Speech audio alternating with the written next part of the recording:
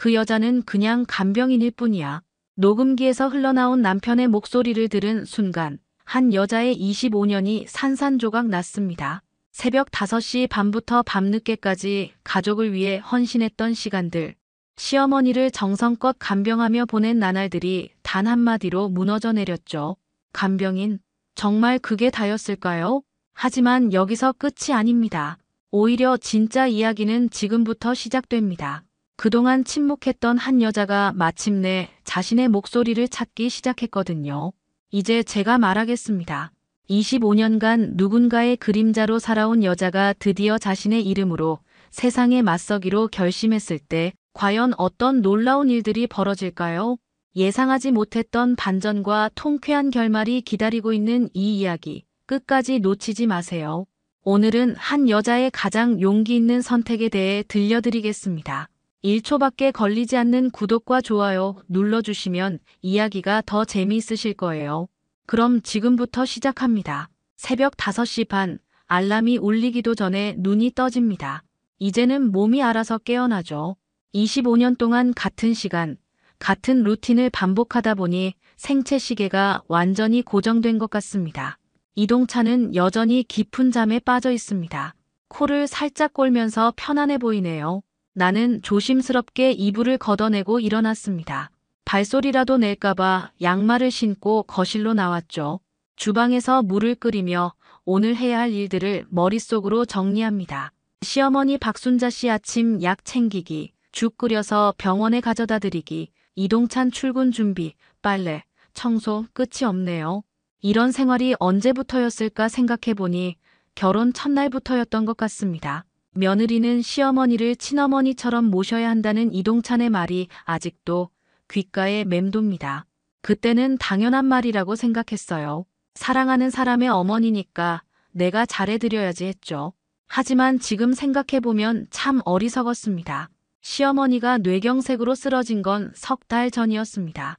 그날도 나는 새벽부터 일어나 아침 준비를 하고 있었어요. 갑자기 시어머니 방에서 쿵 소리가 났죠. 달려가 보니 바닥에 쓰러져 계시더군요. 의식은 있었지만 말씀을 제대로 못하셨습니다. 응급실에서 밤을 새우고 중환자실 앞에서 기다리고 수술실 앞에서 떨고 그 모든 시간을 나 혼자 버텼습니다. 이동찬은 회사 일이 바쁘다며 잠깐씩만 와서 상황을 확인하고 갔어요. 어머니 일은 내가 더 잘 알잖아 라는 말만 남기고 말이죠. 지금 시어머니는 일반 병실로 옮겨서 재활치료를 받고 계십니다. 의사 선생님은 꾸준히 치료하면 호전될 거라고 하셨어요. 하지만 누군가는 곁에서 돌봐드려야 한다고 했습니다. 당연히 그 누군가는 나였죠. 병원에 가는 지하철 안에서 창밖을 바라봅니다. 사람들이 각자의 목적지를 향해 바쁘게 움직이고 있어요. 회사 가는 직장인들, 학교 가는 학생들, 장 보러 가는 주부들, 모두 자신만의 이유가 있어 보입니다. 그런데 나는 뭘까요? 나의 목적지는 어디일까요? 병실 문을 열면 시어머니가 반겨주실 거예요. 지은아, 왔구나 하시면서 말이죠. 그 말이 고맙기도 하고 무겁기도 합니다. 누군가에게는 꼭 필요한 사람이라는 게 때론 위안이 되지만 때론 숨이 막혀요. 이동찬에게 간병인을 쓰자고 말한 적이 있습니다. 나도 좀 쉬고 싶다고, 가끔은 친구들도 만나고 싶다고 했어요. 그런데 돌아온 대답은 차가웠습니다. 남이 어떻게 우리 어머니를 친자식처럼 돌보겠어. 내가 있으니까 다행이지. 친자식이라 정작 친아들인 이동찬은 일주일에 한 번 문안 오는 게 전부인데 말이죠. 그마저도 회사 끝나고 잠깐씩이에요. 나는 매일 아침부터 저녁까지 병원에 있습니다. 밥도 병실에서 먹고 잠도 병실 옆 침대에서 자죠. 이런 생활이 언제까지 계속될까요? 시어머니가 완전히 회복되실 때까지일까요? 아니면 계속 이렇게 살아야 하는 걸까요? 가끔 거울을 보면 낯선 사람이 보입니다. 언제부터 이렇게 늙어 보였을까요? 27에 결혼해서 이제 52살이 되었습니다. 인생의 절반을 다른 사람을 위해 살았네요. 병실 문을 열었을 때 뭔가 달랐습니다. 평소와는 다른 분위기였어요. 시어머니 박순자 씨가 침대에 반쯤 기대 앉아 계셨는데 표정이 밝아 보였거든요. 며칠 전까지만 해도 기운이 없으셨는데 말이죠. 어머니, 컨디션이 좋아 보이시네요. 아, 지은아 왔구나. 그래, 오늘은 기분이 좋네. 침대 옆 테이블을 보니 낯선 꽃다발이 놓여 있었습니다. 분홍색 장미였어요. 나는 한 번도 장미를 가져온 적이 없습니다. 국화나 백합 정도였죠. 장미는 너무 화려해서 병실에 어울리지 않는다고 생각했거든요. 어머니, 이 꽃은 누가 가져다 드린 거예요? 아, 그거 동찬이가 가져왔지. 어제 저녁에 말이야. 이상했습니다. 이동찬이 꽃을 사온 적은 거의 없어요. 결혼기념일에도 빼먹기 일수인 사람이 갑자기 어머니께 장미를, 게다가 어제는 회사 회식이 있다고 해서 병원에 오지 않았는데요. 간호사실에서 물을 받아오는 길에 간호사들이 수군거리는 소리를 들었습니다. 305 할머니, 요즘 가족이 자주 오시네. 맞아. 며느리분도 매일 오시고 아들분도 거의 매일 오시고, 아, 그리고 며느리분인가. 젊은 여자분도 가끔 오시던데. 젊은 여자분, 나 말고 또 다른 여자가 온다는 얘기인가요? 나는 발걸음을 멈추고 더 자세히 들어보려 했지만 간호사들이 다른 이야기로 넘어가 버렸습니다. 병실로 돌아와서 시어머니께 조심스럽게 물어봤어요. 어머니, 혹시 제가 없을 때 다른 분이 문안 오신 적 있나요? 다른 분? 글쎄, 기억이 잘 안 나네. 요즘 머리가 좀 흐릿해서 말이야. 시어머니는 뇌경색 이후로 기억력이 예전 같지 않으셨습니다. 의사 선생님도 당분간은 그럴 수 있다고 하셨어요. 그래서 더 답답했죠. 혹시 정말 누군가 왔던 건지 아니면 착각인 건지 확실하지 않았거든요. 점심시간이 되어서 죽을 데우고 있는데 시어머니가 갑자기 말씀하셨어요. 지은아, 고마워. 뭐가요, 어머니? 이렇게 매일 와서 돌봐줘서. 진짜 고맙다. 내가 며느리 복이 있나 봐. 그런데 이상하게도 그 말이 마음에 와 닿지 않았습니다. 평소 같으면 뿌듯했을 텐데 왜인지 어색했어요. 마치 다른 누군가와 비교하면서 하는 말 같았거든요. 오후에 재활치료를 받으러 가시는 동안 병실을 정리했습니다. 꽃병에 물을 갈아주다가 테이블 서랍을 열었어요. 혹시 꽃과 함께 온 카드라도 있나 싶어서 말이죠. 서랍 안에서 작은 메모지를 발견했습니다. 예쁜 분홍색 편지지였어요. 글씨체도 반듯하고 깔끔했습니다.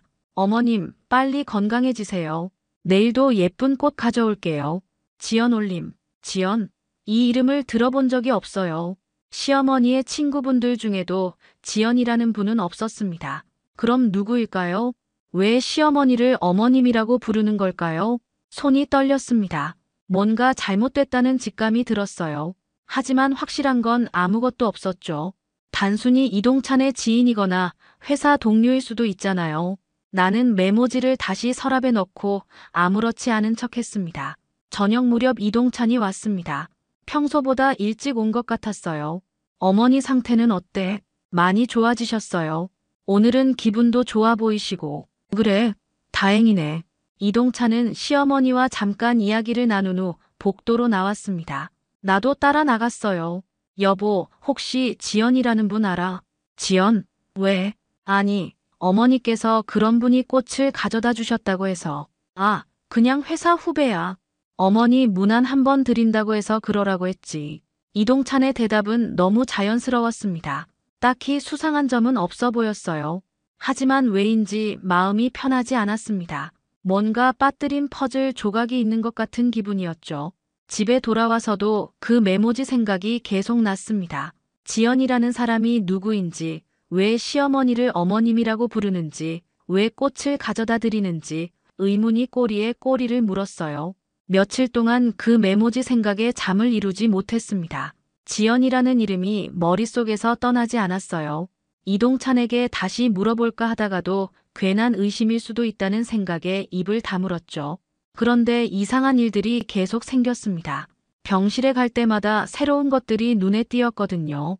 며칠 전에는 고급스러운 손크림이 있었고 어제는 예쁜 무늬의 손수건이 놓여 있었어요.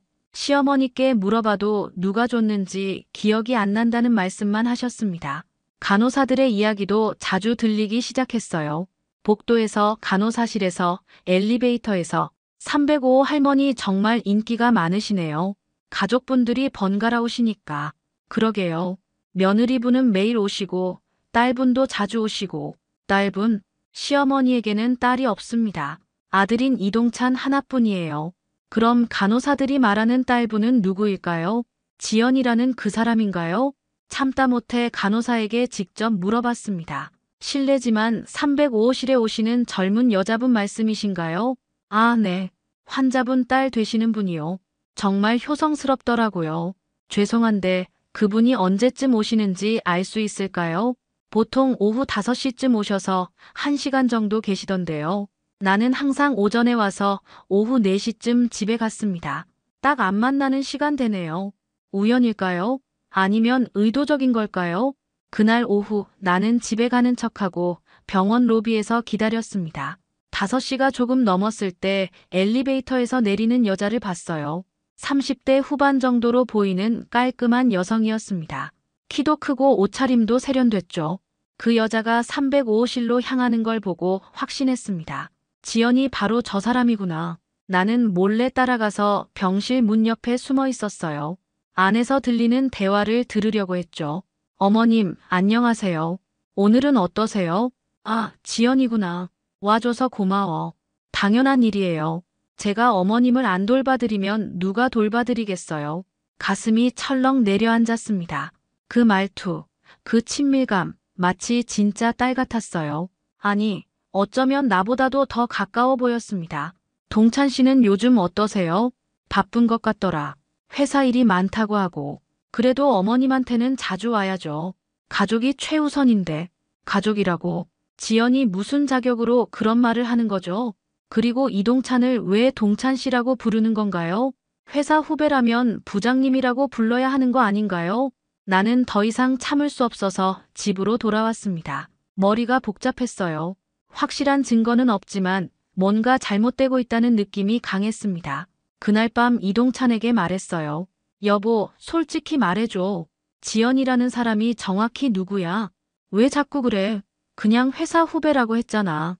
회사 후배가 어머니를 어머님이라고 부르고 당신을 동찬 씨라고 불러.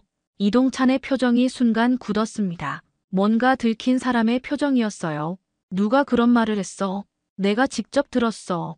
오늘 병실에서. 지은아, 이상한 생각 하지 마. 그냥 예의상 그런 거야. 하지만 이동찬의 목소리에는 확신이 없었습니다. 시선도 피하고 있었고요. 이런 이동찬의 모습을 본 건 처음이었어요. 그날 밤 잠들기 전에 결심했습니다. 정확한 진실을 알아내야겠다고. 더 이상 의심만 하고 있을 수는 없었어요. 나는 분명한 증거가 필요했습니다. 다음 날 아침 일찍 전자상가에 갔습니다. 작은 녹음기를 사러 말이죠. 점원에게 가장 작고 녹음 시간이 긴 것을 달라고 했어요. 손 안에 쏙 들어올 만큼 작은 녹음기를 받았습니다. 이거면 며칠 동안 계속 녹음이 가능한가요? 네, 일주일 정도는 문제 없어요. 집에 돌아와서 녹음기 사용법을 익혔습니다. 생각보다 간단했어요. 버튼 하나만 누르면 되니까요. 이제 병실에 이걸 숨겨놓으면 됩니다. 오후에 병원에 가서 시어머니가 재활치료 받으러 가신 틈에 녹음기를 설치했어요. 침대 옆 서랍 뒤쪽에 테이프로 붙여놓았죠. 잘 보이지 않는 곳이었습니다. 이제 기다리는 일만 남았습니다. 진실이 무엇인지, 내 의심이 맞는지 틀렸는지 곧 알게 될 거예요. 사흘 동안 기다렸습니다. 녹음기를 회수하러 가는 발걸음이 무거웠어요. 진실을 알고 싶으면서도 한편으로는 두려웠거든요. 만약 정말 내가 생각하는 그런 일이라면 어떻게 해야 할지 막막했습니다. 시어머니가 물리치료 받으러 가신 사이에 녹음기를 회수했어요. 작은 기계 안에 무엇이 담겨 있을지 생각하니 손이 떨렸습니다. 집에 돌아와서 혼자 있을 때 재생 버튼을 눌렀어요. 처음에는 시어머니의 기침소리, 간호사들의 대화, 텔레비전 소리 등이 들렸습니다. 별다른 건 없었죠. 그런데 둘째 날 오후 5시경 녹음된 부분에서 익숙한 목소리가 들렸습니다. 어머님, 오늘 컨디션은 어떠세요? 지연의 목소리였어요. 그 다음에 들린 건 더 충격적이었습니다. 지연아, 고마워. 너 같은 며느리를 두어서 정말 다행이야. 며느리라고. 시어머니가 지연을 며느리라고 하신 거예요? 나는 귀를 의심했습니다. 어머님, 그런 말씀 마세요. 제가 당연히 해야 할 일이에요. 동찬이 녀석이 참 좋은 사람을 만났어. 너희 둘이 행복하게 사는 모습 보니까 내가 다 뿌듯하다. 가슴이 무너져 내리는 기분이었습니다. 시어머니가 이들의 관계를 알고 계신다는 뜻이었거든요. 아니, 단순히 아는 정도가 아니라 축복까지 하고 계신 거잖아요. 더 충격적인 건 그 다음에 들린 이동찬의 목소리였습니다. 어머니, 제가 왔어요. 아, 동찬아. 지연이랑 같이 왔구나. 네, 오늘은 일찍 끝나서 같이 왔습니다.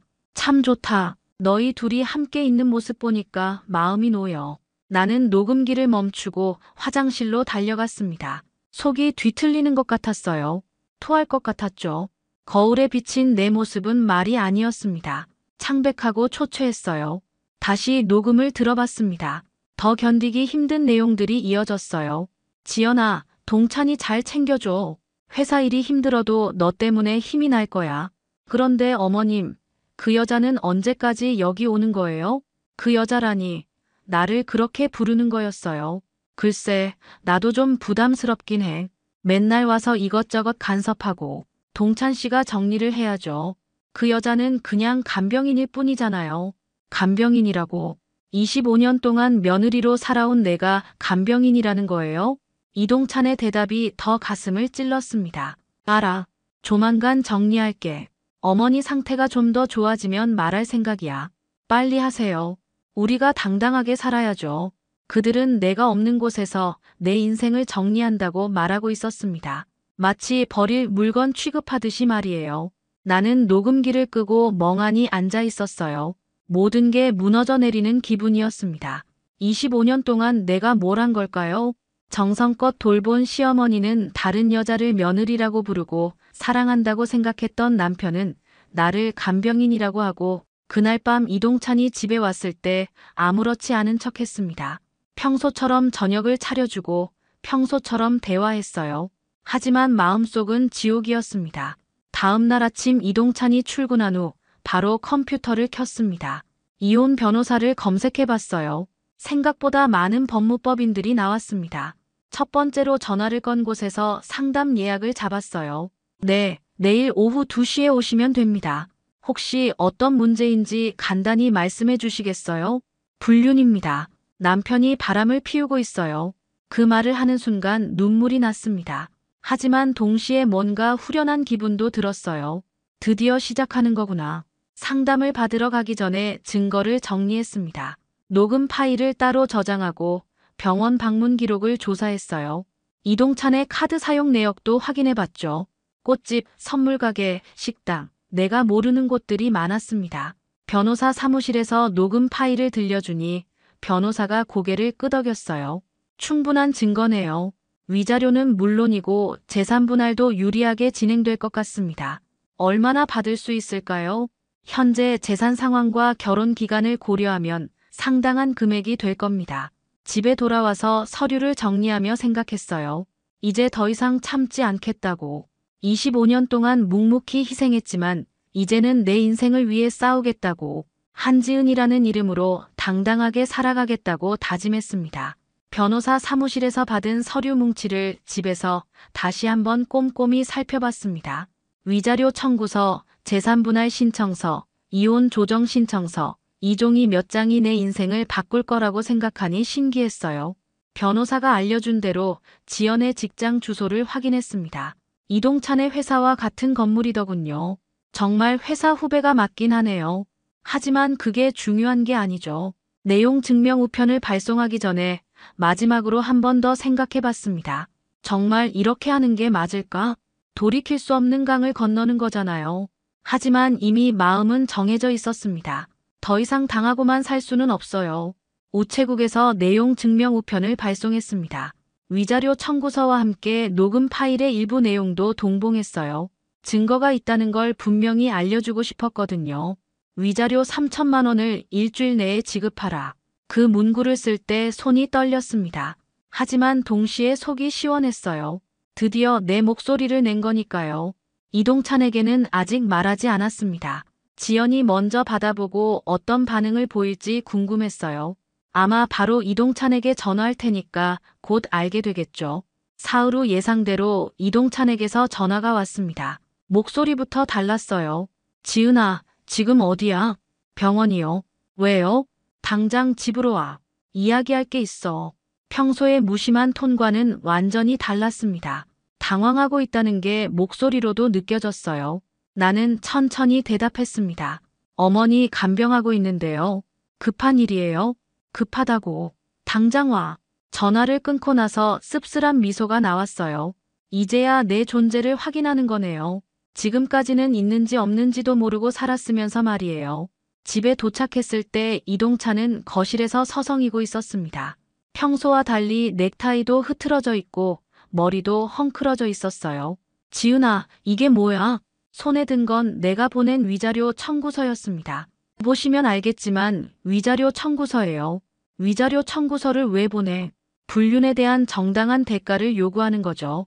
이동찬의 얼굴이 붉어졌습니다. 화가 났다기보다는 당황한 표정이었어요. 불륜이라니 무슨 소리야? 지연이는 그냥 회사 후배라고 했잖아. 후배가 시어머니를 어머님이라고 부르고 며느리 대접을 받나요? 그건 후배 때문에 제가 간병인 취급을 받아야 하나요? 이동찬이 말문이 막혔습니다. 변명할 거리를 찾지 못하고 있었어요. 당신들이 나누는 대화를 다 들었어요. 녹음도 해뒀고요.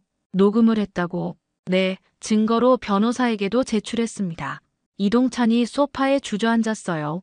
그제야 상황의 심각성을 깨달은 것 같았습니다. 지은아, 오해야. 지연이와는 정말 아무것도 아니야.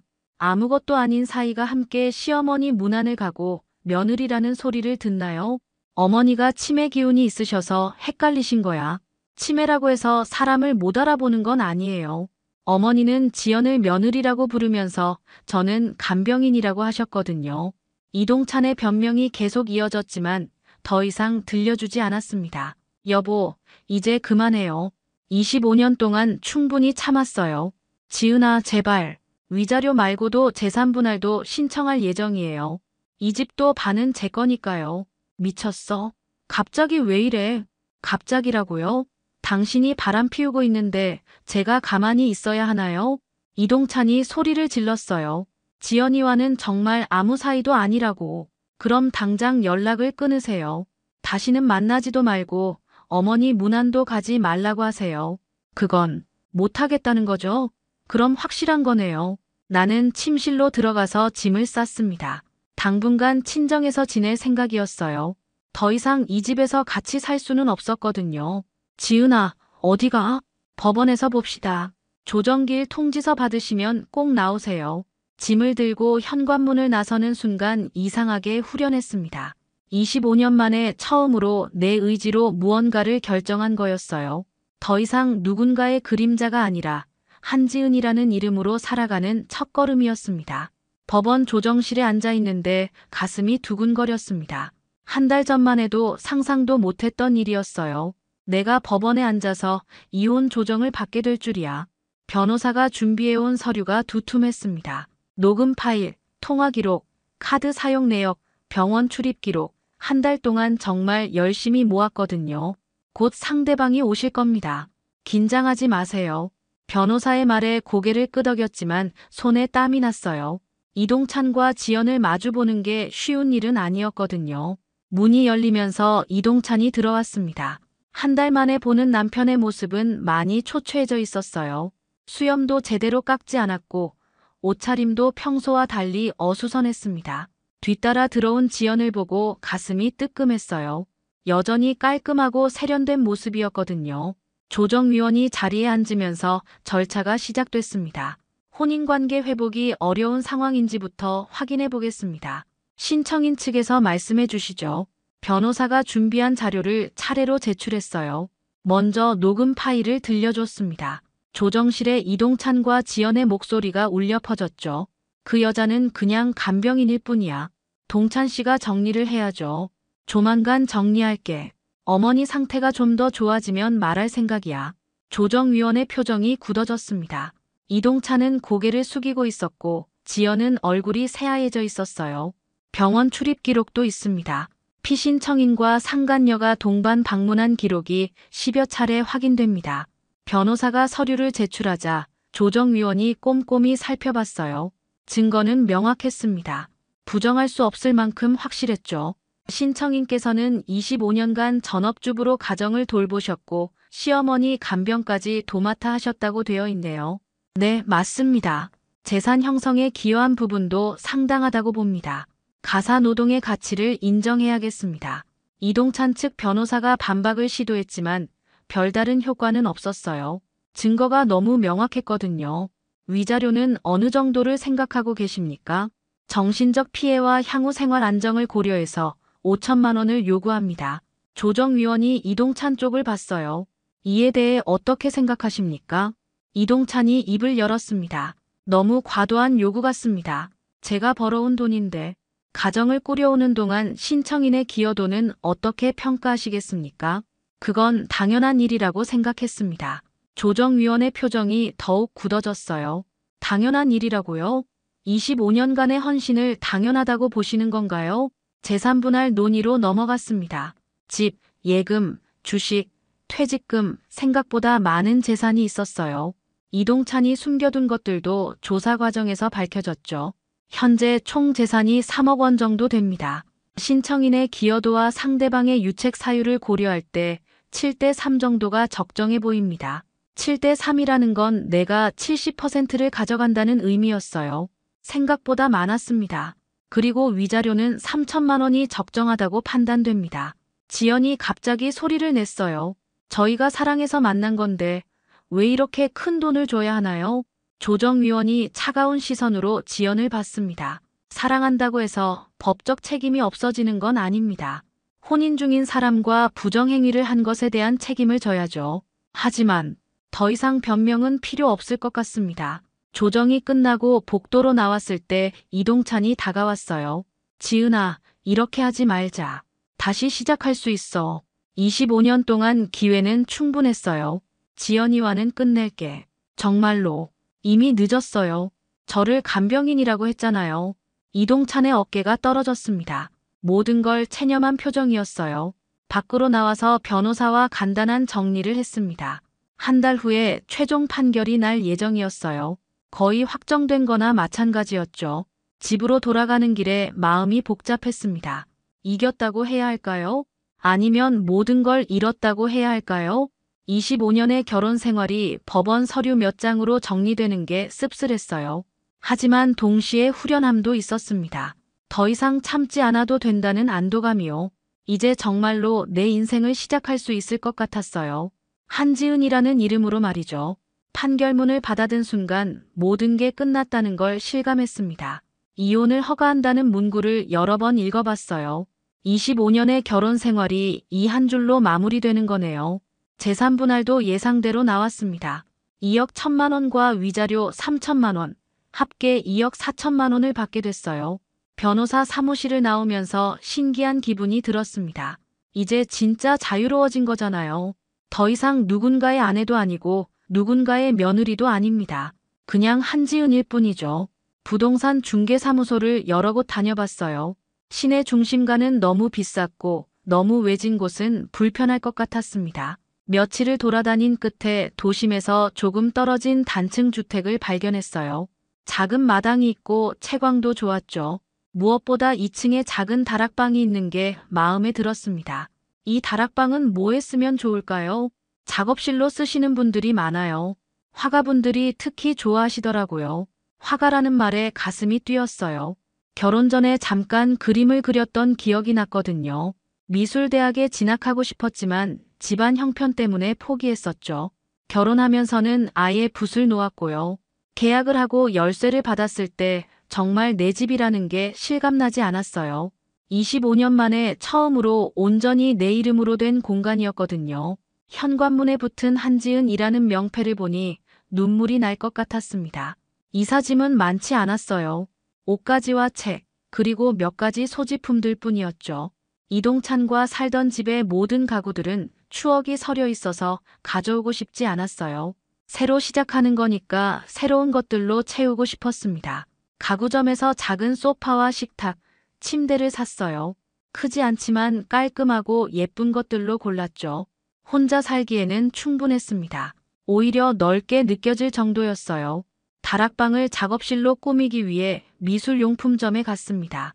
오랜만에 보는 물감과 붓들이 반가웠어요. 캔버스도 여러 개 샀죠. 점원이 추천해준 이젤도 하나 구입했습니다. 오랜만에 그림 시작하시는 건가요? 네, 한 25년 만이에요. 그럼 처음부터 차근차근 시작하시는 게 좋겠네요. 문화센터에서 유화 강좌도 하거든요. 문화센터라니 생각해보니 그런 곳에 가본 적이 없었어요. 결혼 후에는 그런 여유가 없었거든요. 이제는 시간도 충분하고 마음의 여유도 있으니까 해볼 만하겠네요. 다음 날 문화센터에 등록하러 갔습니다. 유아 기초반이 마침 다음 주부터 시작이었어요. 수강료를 내고 수강증을 받을 때 설렜습니다. 얼마나 오랜만에 느끼는 설렘인지 몰라요. 첫 수업날 문화센터 강의실에 들어갔을 때 떨렸어요. 다른 수강생들은 대부분 나와 비슷한 나이대의 여성들이었습니다. 모두들 새로운 시작을 하려는 눈빛이었죠. 안녕하세요. 저는 한지은입니다. 자기소개를 할 때 목소리가 떨렸어요. 하지만 동시에 뿌듯했습니다. 한지은이라는 이름으로 새로운 사람들을 만나는 거니까요. 누군가의 아내나 며느리가 아닌 그냥 한지은으로 말이에요. 선생님이 첫 과제를 내주셨어요. 자화상 그리기였습니다.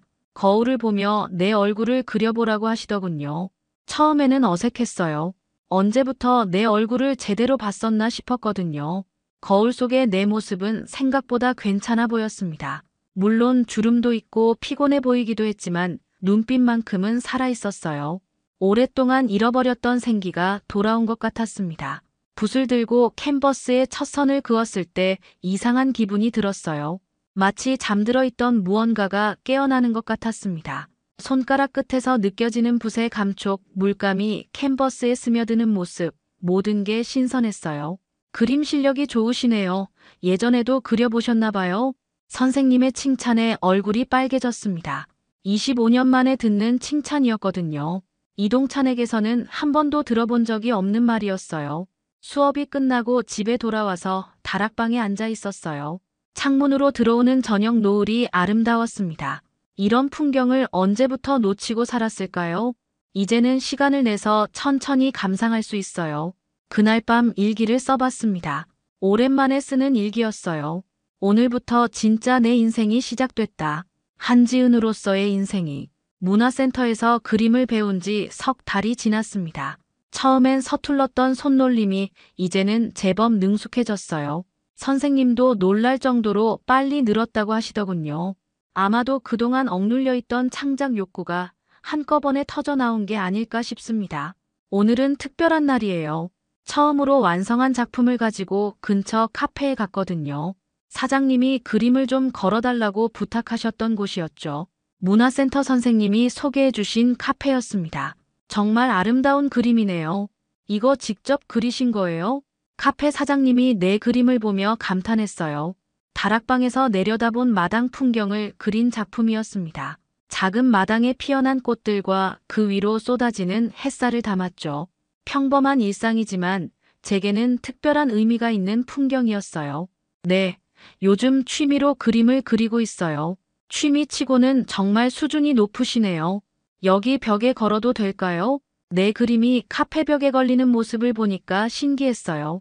누군가 내가 만든 작품을 보고 감상한다는 게 이렇게 뿌듯한 일인 줄 몰랐거든요. 결혼 생활 동안에는 내가 만든 요리나 정리한 집을 누가 알아줘야 한다는 생각도 해본 적이 없었는데 말이에요. 카페에서 나와 길을 걷는데 핸드폰이 울렸습니다. 변호사 사무실에서 온 전화였어요. 한지은 씨, 모든 절차가 완료됐습니다. 재산분할금과 위자료 모두 입금 확인됐고요. 아, 그러면 정말 다 끝난 건가요? 네, 완전히 끝났습니다. 이제 새로운 시작하시면 됩니다. 전화를 끊고 나서 조용히 웃음이 나왔어요. 드디어 모든 게 정리됐네요. 25년의 결혼 생활, 그리고 그것을 정리하는 데 걸린 반년의 시간. 이제 정말로 온전히 제 것인 인생이 시작되는 거예요. 집에 돌아와서 다락방에 올라갔습니다. 새로 시작한 그림이 이젤에 걸려 있었어요. 이번에는 자화상이었습니다. 하지만 처음 문화센터에서 그렸던 자화상과는 완전히 달랐죠. 그때의 나는 어딘가 위축되고 불안해 보였는데 지금의 자화상은 당당하고 자신감이 넘쳤어요. 거울을 보니 정말로 많이 달라져 있었습니다. 얼굴에 생기가 돌았고 눈빛도 밝아졌어요. 무엇보다 표정이 편안했습니다. 더 이상 누군가 눈치를 보거나 비위를 맞출 필요가 없으니까요. 저녁을 혼자 차려 먹으면서 생각해 봤어요. 이제 뭘 하고 살까? 그림을 더 본격적으로 배워볼까? 아니면 다른 새로운 취미를 찾아볼까? 선택의 여지가 무한하다는 게 이렇게 자유로운 기분인 줄 몰랐어요. 문화센터 동기들과 만나기로 한 날이었습니다. 모두들 나와 비슷한 연령대의 여성들이었는데 각자 다양한 이유로 새로운 시작을 하고 있었어요. 이혼한 사람도 있고 자녀들이 독립해서 자유시간이 생긴 사람도 있고 은퇴 후 새로운 취미를 찾는 사람도 있었죠. 지은 씨는 정말 용기가 대단해요. 저는 아직도 못하겠더라고요. 같은 반 수강생인 미경 씨가 말했어요. 미경 씨도 남편 문제로 고민이 많다고 하셨거든요. 처음엔 무서웠어요. 하지만 지금 생각해보니까 왜 그렇게 오래 참았나 싶어요. 후회되지 않아요? 전혀요. 오히려 더 일찍 결정했어야 했다는 생각이 들어요. 집에 돌아와서 다시 한번 카페에 걸린 내 그림을 보러 갔어요. 저녁 시간이라 카페에 사람들이 많았는데 몇몇 분들이 내 그림을 보고 이야기하고 있었습니다. 참 따뜻한 느낌의 그림이네요. 맞아요. 보고 있으면 마음이 편해져요. 그 말을 들으니까 가슴이 뭉클했어요. 내가 그린 그림이 누군가에게 위로를 준다니. 이런 경험은 처음이었거든요. 카페에서 나와서 집으로 걸어가면서 문득 깨달았습니다. 이제 정말로 내 인생이 시작됐구나. 한지은이라는 이름으로 내가 원하는 방식으로 살아가는 인생 말이에요. 다락방에 올라가서 새 캔버스를 펼쳤습니다. 오늘 그릴 건 무엇일까요? 마당에 핀 꽃일까 아니면 창밖으로 보이는 하늘일까? 선택은 온전히 제 몫이에요. 그리고 그게 바로 자유라는 거겠죠. 붓을 들고 물감을 찍었습니다. 어떤 그림이 될지는 모르겠지만 분명한 건 이 그림은 한지은이 그린 한지은만의 작품이 될 거라는 점이에요. 더 이상 누구의 그림자가 아닌 온전한 나 자신의 이야기를 담은 그림 말입니다. 창밖으로 별이 떠오르고 있었어요. 오늘도 좋은 하루였습니다. 그리고 내일은 또 어떤 좋은 일이 기다리고 있을까요? 기대됩니다. 오늘 이야기 어떠셨나요? 구독과 좋아요는 이미 하셨을 테니 시청자님의 의견을 댓글로 달아주세요. 항상 건강하시고 행복하세요.